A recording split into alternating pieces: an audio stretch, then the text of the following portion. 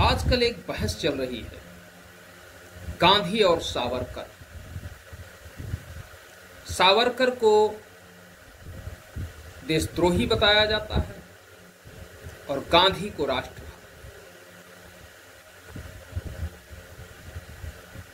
हर कोई कहता है वो राष्ट्रपिता है। सावरकर के बारे में कोई जानता ही नहीं। तो आइए आज हम चर्चा करते हैं इन दोनों ही महान मूर्तियों के ऊपर।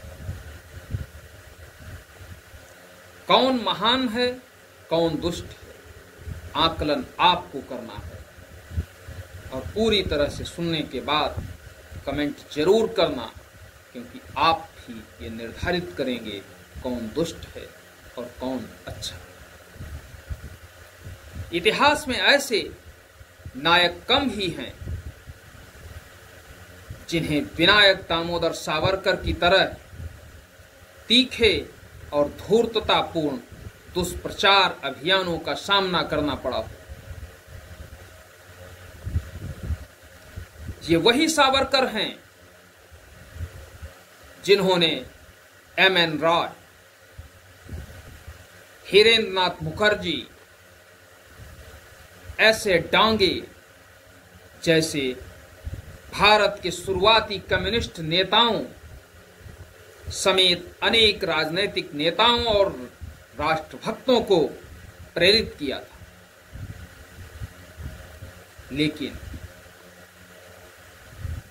अपने पूर्ववर्तियों के उलट नए कम्युनिस्टों, वामपंथियों ने अपनी आड़ी तिरछी इतिहास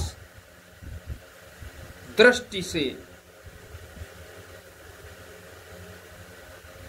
इस महान क्रांतिकारी की छवि को इस हद तक धूमिल करने का प्रयत्न किया है कि ये स्वतंत्रता आंदोलन के गद्दार और उसे क्षति पहुंचाने वाले लगने लगे हैं, नहीं लगने लगे। जैसे प्रतिदिन कोई तुमसे कहे कि ये दुष्ट है, ये दुष्ट है, ये दुष्ट है, ये दुष्ट है, तो किसी न किसी दिन तो आपके मन मस्तिष्क में ऐसा आ सकता है। मानो आप भी हैं। हम जानते हैं कि सावरकर के विरुद्ध मुख्य आरोप यह है कि उन्होंने अंडमान जेल में रहने के दौरान अंग्रेजी शासन से क्षमादान पाने के लिए अनेक पत्र लिखे।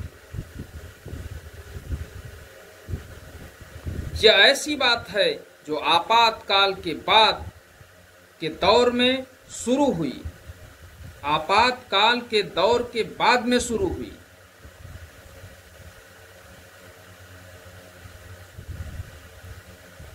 जब राष्ट्रवाद का प्रभाव तेजी से बढ़ रहा था, तब ये बात सामने आई कि उन्होंने पत्र लिखे थे, इससे पहले नहीं। इन स्थितियों से बौखलाए नव वामपंथियों ने सावरकर को हिंदुत्व के विचार का जनक बताते हुए उनको निशाना बनाना शुरू किया। इसके लिए उन्होंने गहराई में जाकर आज की बहुप्रचारित नई खोजें की और इन्हीं नई खोजों में सावरकर के बारे में आधारहीन बातों तथा तथ्यों एवं सामाजिक विश्वासों को उलटते हुए वैकल्पिक इतिहास गढ़ना शुरू किया। इसीलिए मैं अक्सर कहता हूं, इतिहास को एक बार पुनरीक्षण करने की आवश्यकता है। दिलचस्प है कि एम.एन. रॉय, ई.एम.एस. नबुद्दी रिपात जैसे सावरकर के समकालीन कम्युनिस्ट दिग्गज हिंदुत्व के मुद्दे पर कठोर आलोचना के बावजूद, हिंदुत्व के मुद्दे पर वो कठोर आलोचना करते थे, लेकिन फिर भी सावरकर के, जब बात आती थी सावरकर की, उनका अत्यंत ही सम्मान करते थे। क्यों सम्मान करते थे? कुछ तो होगा उनमें, ऐसे सम्मान थोड़ा न करते थे। इसके विपरीत सत्य को पीछे छोड़कर ये जो आजकल के नए वामपंथी तैयार हुए हैं, जो स्वयं को इतिहासकार कहते हैं, उन नए वामपंथी बुद्धिजीवियों ने अपने राजनैतिक आकाओं के दिशा निर्देश के अनुसार जीजान से साक्ष्य को, अपनी पूरी जीजान लगाकर साक्ष्य के छोटे छोटे टुकड़ों के सहारे इतिहास का नवलेखन करने में जुटे हुए हैं। सावरकर की आत्मकथा तथा अनेक जीवनियों के आधार पर कहा जा सकता है कि उनका जीवन ऐसे बलिदानों, वीरता से भरा हुआ था जो भारतीय कम्युनिस्टों के लिए अकल्पनीय था। उनके जैसा अद्भुत क्रांतिकारी ही दूसरा नहीं हुआ, इसलिए उनके ऊपर ऐसे लांछन लगाए गए, ऐसे कलंकित किया गया उनके गौरवमयी उस बलिदान को, और उनके लिए उनके अनुकरण के बारे में बात ही व्यर्थ है। उनका अतुलनीय क्रांतिकारी जीवन भारतीय स्वतंत्रता आंदोलन के सबसे महत्वपूर्ण घटनाक्रमों में से एक है। उनके द्वारा जो किताब लिखी गई उसका प्रकाशन आजादी से पहले नहीं हुआ, जबकि जितने भी महान कांग्रेसी थे सबकी किताबों का प्रकाशन होता था। अपने पत्र यंग इंडिया में 26 मई 1920 को प्रकाशित एक लेख सावरकर ब्रदर्स, अकेले सावरकर नहीं, सावरकर ब्रदर्स,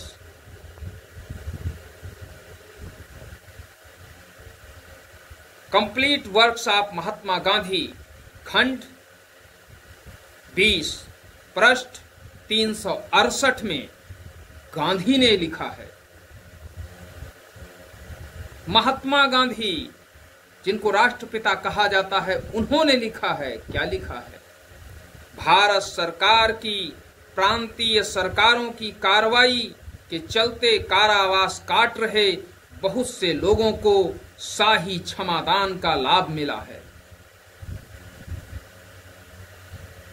लेकिन कुछ उल्लेखनीय राजनीतिक अपराधी हैं जिन्हें अभी तक नहीं छोड़ा गया है। इनमें मैं सावरकर बंधुओं को गिनता हूं। ये गांधी कह रहे हैं अपने ही समाचार पत्र में। आपको सब कुछ मैंने बता दिया है, डेट बता दी है, आपको खंड बता दिया है, पृष्ठ संख्या बता दी है, इससे ज्यादा और कुछ नहीं बता सकता हूं।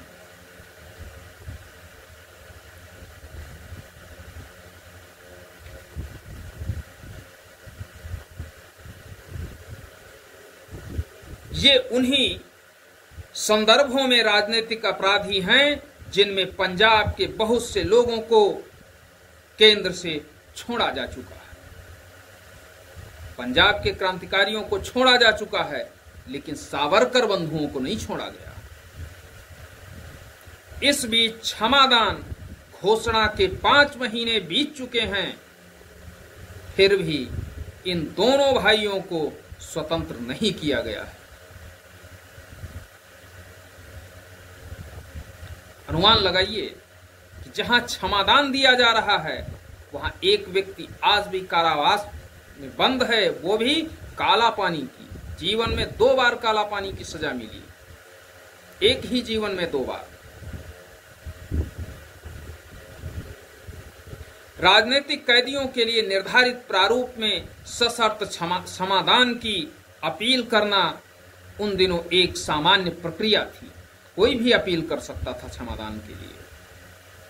महात्मा गांधी के लेखन से यह असंदिग्ध है, ये संदिग्ध नहीं है, असंदिग्ध है कि उन्हें तत्कालीन प्रचलन के अनुसार लिखे गए सावरकर के क्षमादान पत्रों के बारे में पता था। किसे? गांधी को भी पता था। उस समय के समस्त राष्ट्रवादियों को इसके बारे में पता था और सबके अनुरोध पर ही वो पत्र लिखे गए थे।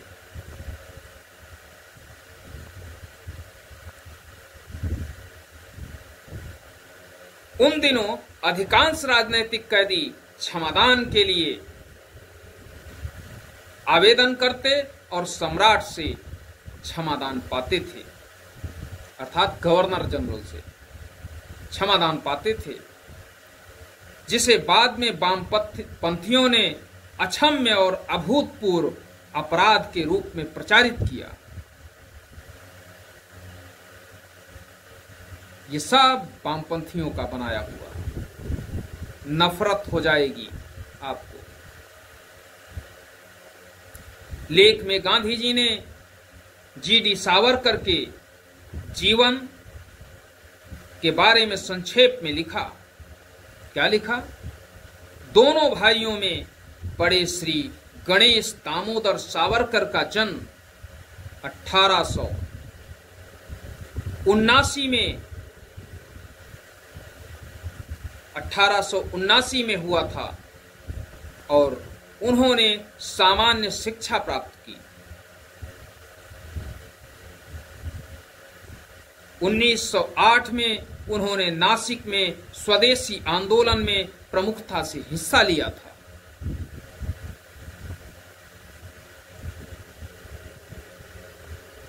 इसके लिए उन्हें 9 जून 1909 को धारा 121, 121A, 124A और 153A के तहत उनकी संपत्ति जब्त करने तथा काला पानी भेजे जाने की सजा दी गई और अब यह अंडमान में अपनी सजा काट रहे हैं। इस तरह वह 11 साल से जेल में हैं। उन्होंने अपने जीवन के अमूल्य 11 वर्ष जेल में बिताए हैं। धारा 121 वह प्रसिद्ध धारा है जिसका संबंध राजद्रोह से है और जिसका उपयोग पंजाब से जुड़े मामलों की सुनवाई के दौरान किया गया था। इसमें न्यूनतम सजा अपराधी की संपत्ति की जब्ती के साथ जीवन भर के लिए काला पानी भेजा जाना शामिल है। 121A भी ऐसी ही धारा है। 124A का संबंध देशद्रोह से है। 153A का संबंध लिखे, बोले या अन्य प्रकार से व्यक्त शब्दों द्वारा विभिन्न वर्गों के बीच दुश्मनी को बढ़ावा देने से है।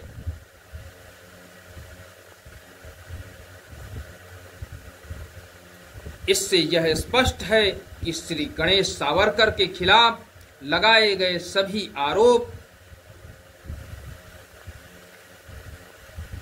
और अपराध सार्वजनिक प्रकृति के थे। सार्वजनिक प्रकृति के थे जो भी अपराध उन्होंने किए थे। उन्होंने कोई हिंसा नहीं की थी, सिर्फ एक कविता लिखी थी। वे शादीशुदा थे। ये बड़े भाई की बात चल रही है गणेश सावरकर जी की। उनकी 2 बेटियां थीं जो मर चुकी।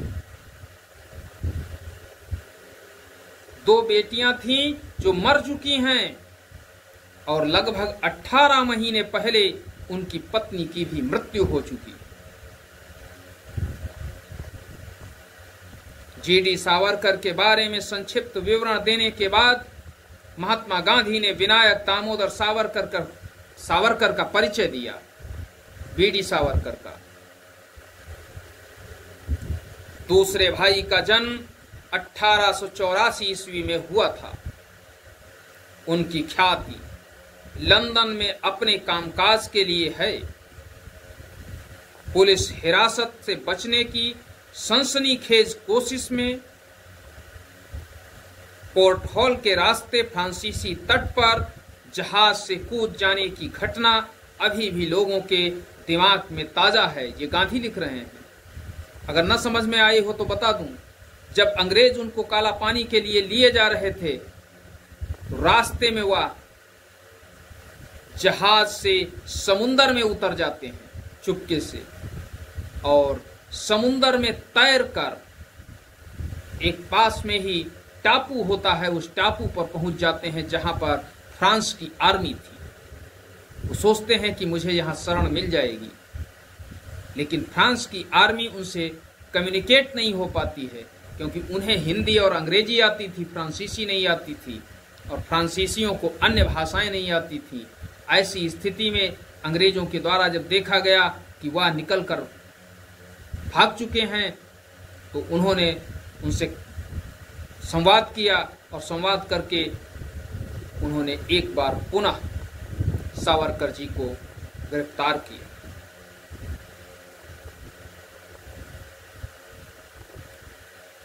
उन्होंने फार्गूसन कॉलेज में शिक्षा प्राप्त करने के बाद लंदन में पढ़ाई पूरी की और बैरिस्टर बने।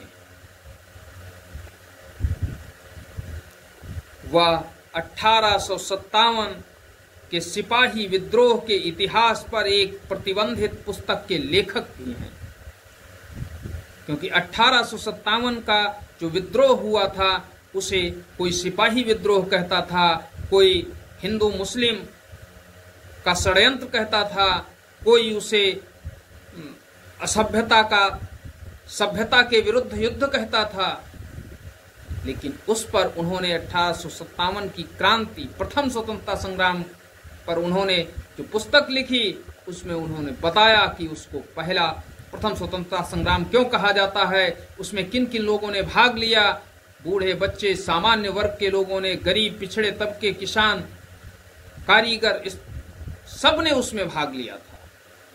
इसके बारे में उन्होंने लिखा, और अंग्रेजों को पता था कि ये पुस्तक यदि प्रकाशित हो गई और भारत में इसकी एक भी प्रति पहुंच गई तो फिर भारत को हम कभी भी गुलाम नहीं रख सकते हैं, और भारत अपनी आज़ादी के लिए हमारे सामने इस तरह की दीवार बनकर खड़ा हो जाएगा जिसका मैं भेदन नहीं कर पाऊंगा, और मेरा इतना बड़ा साम्राज्य मेरे हाथों से निकल जाएगा। उनके ऊपर 1910 में मुकदमा चलाया गया था, और 24 दिसंबर 1910 को उन्हें भी उनके भाई के समान सजा मिली, अर्थात काला पानी की सजा। उन पर 1911 में हत्या के लिए उकसाने का आरोप लगाया गया। एक और आरोप, हत्या के लिए उकसाने का भी आरोप लगा दिया गया। उनके खिलाफ भी किसी तरह की हिंसा साबित नहीं हुई। आज तक कोई हिंसा उनके खिलाफ साबित नहीं हुई कि उन्होंने कोई हिंसा की थी, लेकिन ये आरोप लगते थे। वह भी शादीशुदा हैं, अर्थात बीडी सावरकर भी, विनायक दामोदर सावरकर जी भी शादीशुदा हैं। ऐसा गांधी जी लिख रहे हैं, मैं नहीं कह रहा हूं। और 1909 में उनका एक बेटा भी हुआ था। उनकी पत्नी अभी जीवित है। सावरकर के पत्रों के कथ्य का वर्णन करते हुए स्वयं महात्मा गांधी कहते हैं, इन दोनों भाइयों ने अपने राजनीतिक विचारों की घोषणा की है, और दोनों ने कहा है कि वे कोई क्रांतिकारी विचार नहीं रखते हैं, और यदि वे स्वतंत्र किए जाते हैं तो वे सुधार अधिनियम, भारत सरकार अधिनियम 1919 के तहत काम करना चाहेंगे। ऐसा उन्होंने कहा उसमें कि अगर वो रिहा किए जाते हैं तो भारत सरकार अधिनियम 1919 के तहत वो काम करना चाहेंगे। क्योंकि वे मानते हैं कि सुधार अधिनियम भारत के लिए राजनीतिक जिम्मेदारी हासिल करने की दिशा में काम करने का अवसर देता है, ऐसा मानते हैं।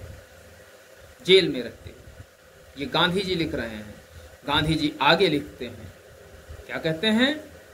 इससे अधिक महत्वपूर्ण यह है कि मुझे लगता है कि यह कहा जा सकता है कि वर्तमान समय में भारत में कोई हिंसा की संस्कृति के अनुयायी नहीं रह गए। ऐसे में दोनों भाइयों की स्वतंत्रता बाधित करने का एकमात्र कारण यह हो सकता है कि वे सार्वजनिक सुरक्षा के लिए खतरा हों, क्योंकि सम्राट ने वायसराय को जिम्मेदारी दी है कि उनकी निगाह में जिन राजनीतिक कैदियों से सार्वजनिक सुरक्षा को खतरा न हो, उनके मामलों में सभी प्रकार से शाही क्षमादान की कार्रवाई की जाए। इसलिए गांधी जी कहते हैं, इसलिए मेरी राय है कि जब तक कि इस बात का कोई पुख्ता सबूत न हो कि पहले ही लंबा कारावास भुगत चुके और शारीरिक रूप से अशक्त हो चुके तथा अपनी राजनीतिक विचारधारा घोषित कर चुके दोनों भाई राज्य के लिए कोई खतरा साबित हो सकते हैं, तब तक वायसराय उन्हें स्वतंत्र करने के लिए बाध्य हैं।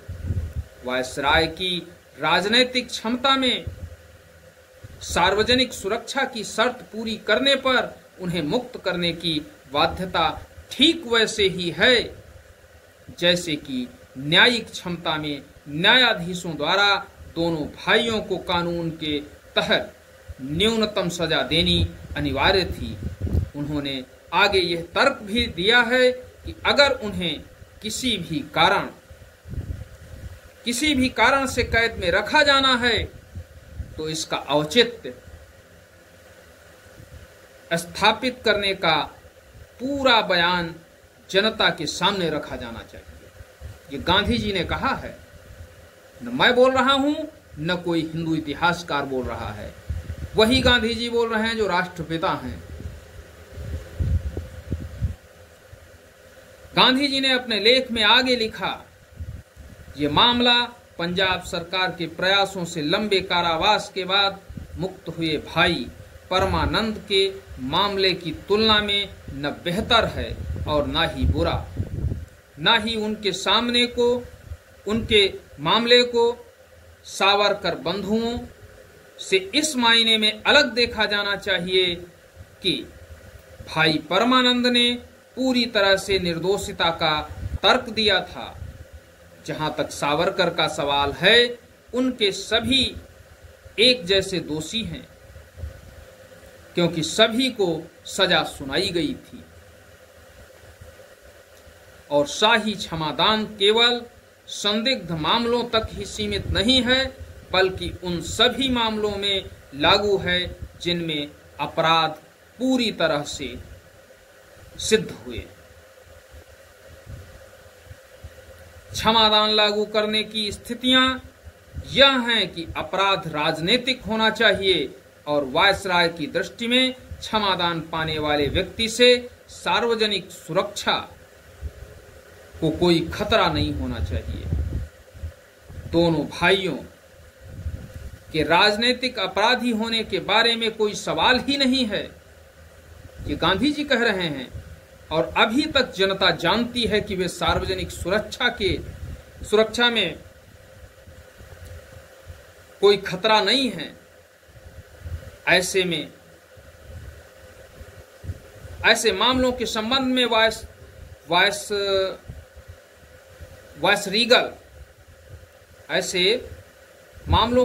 में वायसरीगल काउंसिल में एक सवाल के जवाब में कहा गया था कि वे विचाराधीन थे। कौन विचाराधीन? पूरी वायसराय की टीम। लेकिन उनके भाई को बॉम्बे सरकार से इस आशय का जवाब मिला है कि उनके संबंध में कोई और स्मरण पत्र स्वीकार नहीं किए जाएंगे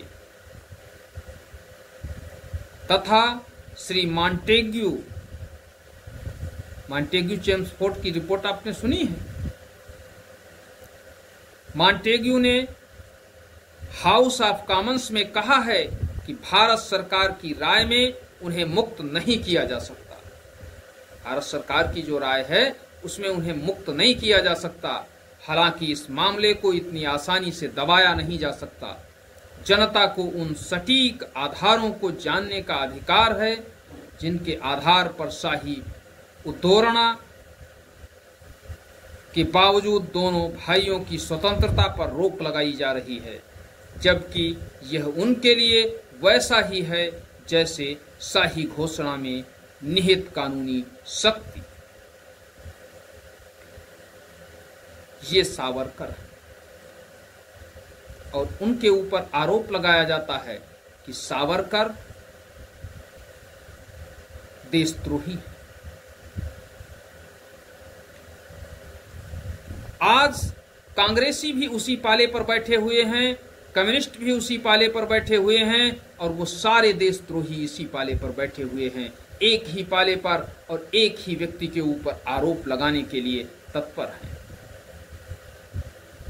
ये तो एक छोटी सी घटना जो कि गांधी ने बहुत सामान्य स्थिति में उनका वर्णन किया है वो आपके सामने मैंने रखा है। यदि सावरकर के बारे में पूरी तरह से आपको जानना है तो एक दिन हम सावरकर विशेष आपके सामने रखेंगे और उस दिन बताएंगे कि क्या थे सावरकर, क्या थे चापेकर बंधु और क्या थे नाथूराम गोडसे। आप इन जैसे बलिदानियों को देशद्रोही नहीं कह सकते और अगर आप कहते हैं तो आपसे बड़ा देशद्रोही इस हिंदुस्तान के अंदर कोई नहीं है। अगले दिन अगली स्टोरी के साथ मिलते हैं आपसे। तब तक के लिए विदा चाहता हूं। यदि कहानी पसंद आई हो, जानकारी अच्छी लगी हो तो वीडियो को लाइक करें, चैनल को सब्सक्राइब करें और साथ ही साथ शेयर करें जिससे ये जानकारी ज़्यादा से ज़्यादा लोगों के पास पहुंचे। धन्यवाद। जय हिंद, जय भारत, नमस्कार।